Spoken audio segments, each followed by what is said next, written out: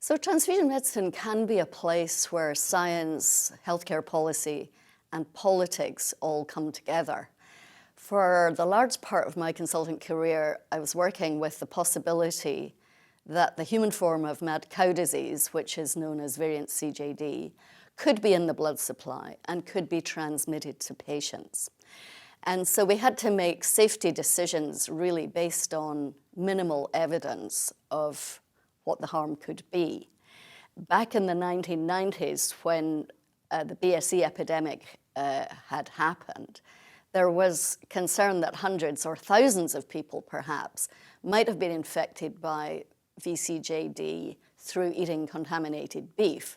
And that raised the possibility of many, many transmissions through blood transfusion.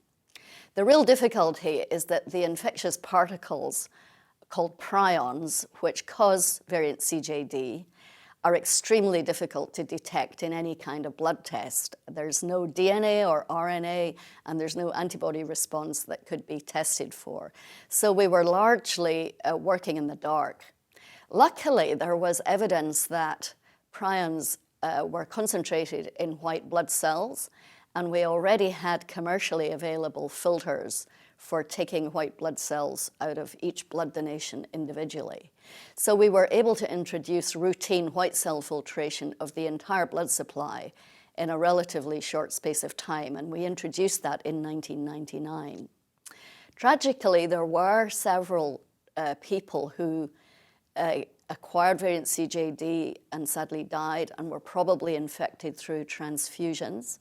But thankfully, the large-scale epidemic in the population didn't happen, and there were not hundreds or thousands of cases through beef, and thankfully only a handful through transfusion.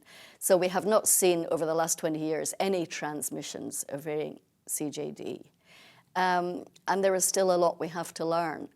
But it was a very good example of how we had to make safety decisions quickly, but on the basis of very little evidence.